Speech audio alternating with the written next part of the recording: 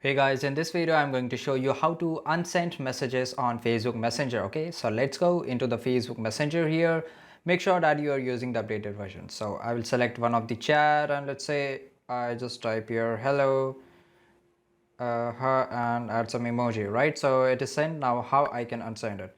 So you have to just click and hold, and after that you have to click on more, and after that you can just see the option of remove, right? So click on the remove, and here you will get the two option. You want to unsend it or you want to just remove it for you, right? If you just click on the remove for you, you will the person you have sent the message, he can see it but you can't see it, right? So I will click on the unsend and the message will get unsent. Okay, so the user the Augustine will not able to see your messages, right? So this is pretty easy guys. I hope you found this video really useful, and if you did like this video right now, subscribe our channel and see you in the next video. Till the time, take care, goodbye.